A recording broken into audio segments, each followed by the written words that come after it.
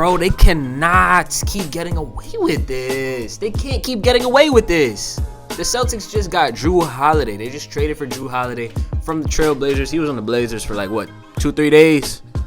And then, boom, there he go. He on the Celtics now. He on the C's. And, bro, the Celtics really might have a perfect roster. I don't see any holes with this roster. And I feel like it's unfair. Like, they just keep stacking the deck.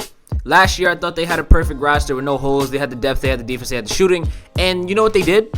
They upgraded those players. Literally, they took those same players and they flipped them. They took Robert Williams. He's out of there. They got Kristaps in there now. They could have had both. But they moved Robert Williams to get Jrue Holiday.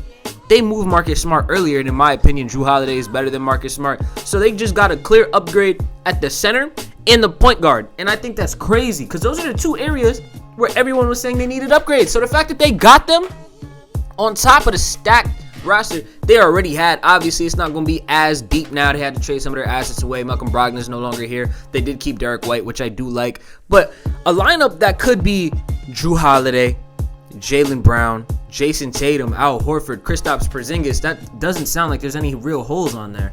It really doesn't. You got your two stars. Shoot. And then you got your co-star. Honestly, what I find the most scary about this trade is that Jrue Holiday could end up being a fourth option kind of player.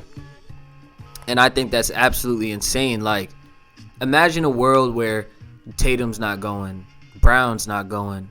Now you got to worry about Porzingis. Now it's Porzingis' game. Jrue Holiday pull up. Jrue Holiday's getting going. And you know what some of these role players can do. Obviously, they lost Robert and Grant Williams this summer, which I think is two really big blows for this team because not only did they play good defense, but they added a lot of other layers to this team. Robert Williams, like I said, his defense, his rebounding, and honestly, his effort, his he was one of those effort guys. He just would come on the court, bring a spark.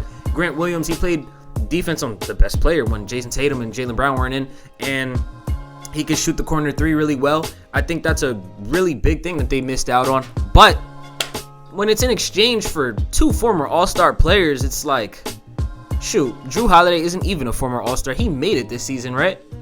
So, and a fun fact, I think everybody on that starting five, the potential starting five that I made, they're all either All-Stars or former All-Stars. Jrue, he got 2.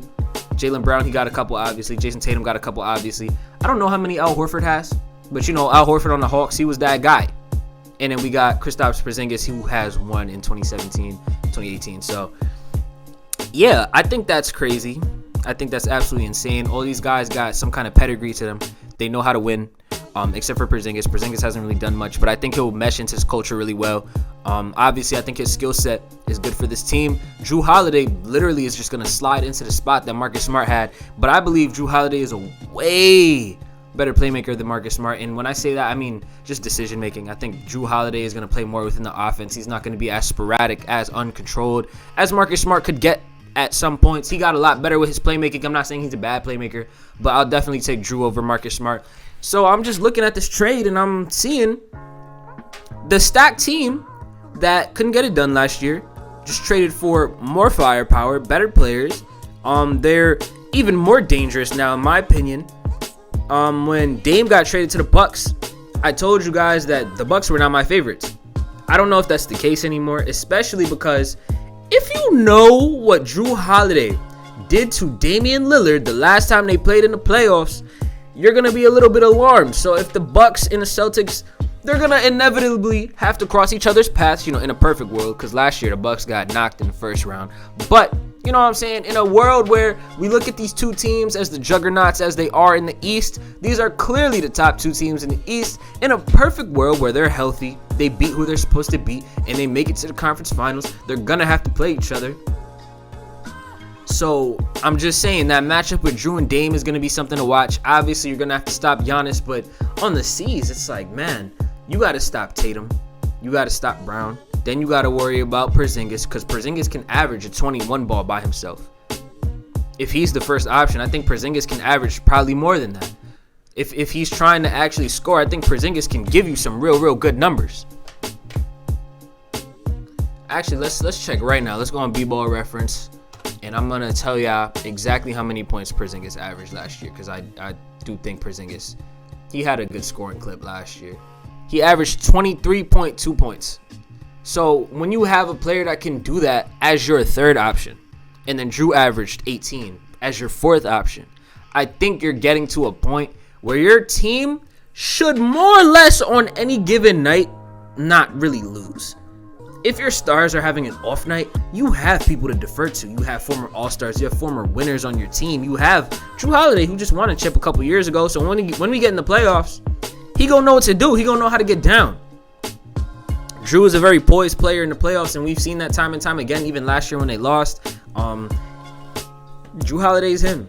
I'm not gonna lie. And I love this pickup for the Celtics. I really did think they were gonna get him. I'm not gonna lie. Like, when he got traded to the Trailblazers, I was like, he's gonna end up on the Celtics. And I hate that. I absolutely hate that. The Celtics are really stacking the deck right now. Like, that's so crazy to me. I don't think they need all the firepower that they have right now in order to win a championship. I feel like they're stacking the deck. And honestly, if they lose, y'all are trash. I wanted to actually look at what the Blazers got in return. So we're just going to look at this in totality. For Damian Lillard, the Blazers got DeAndre Ayton, Robert Williams, Malcolm Brogdon. I don't know who Toumani Camara is, but they also got him. 3 first-round picks and 2 pick swaps for Damian Lillard. And is this a good or a bad haul? I'll say this is a good haul, especially because they're rebuilding. When you have guys like Damian Lillard and other guys of that caliber who got traded recently, Kevin Durant, Kyrie Irving, even Bradley Beal to some extent, you're going to see that you're not going to get packages back that are equal to the talent of the player most of the time. They got a lot of pieces here. They got a lot of picks, and as a rebuilding team, I look at this and I say you guys had a great offseason. This is exactly what I wanted them to do. I feel like they probably could have gotten more if they just traded Damian Lillard at the draft.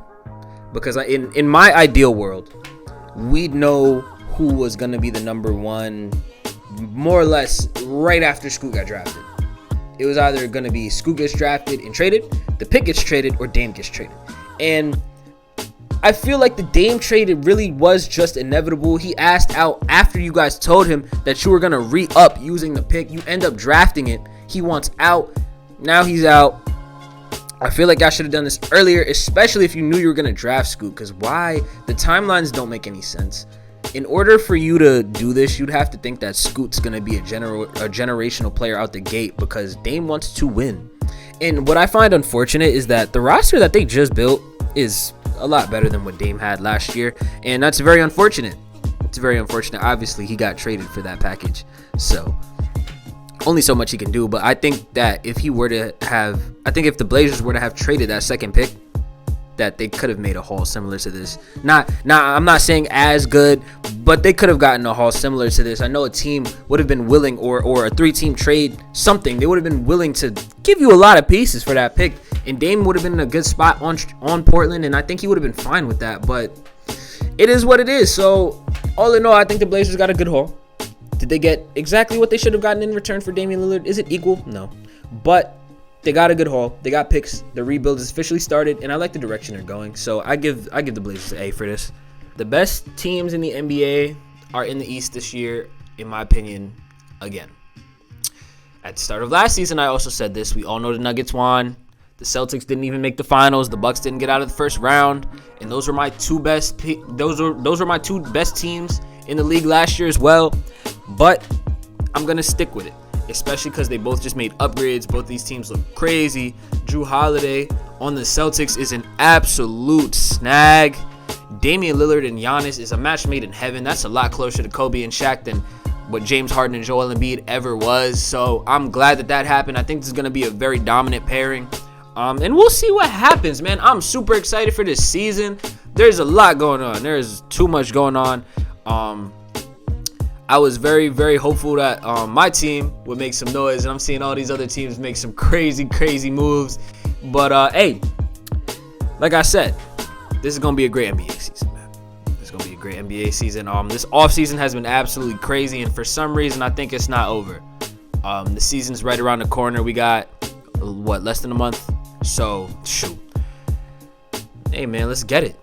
I'm ready for some NBA basketball, and I know y'all are too. Catch you on the next one.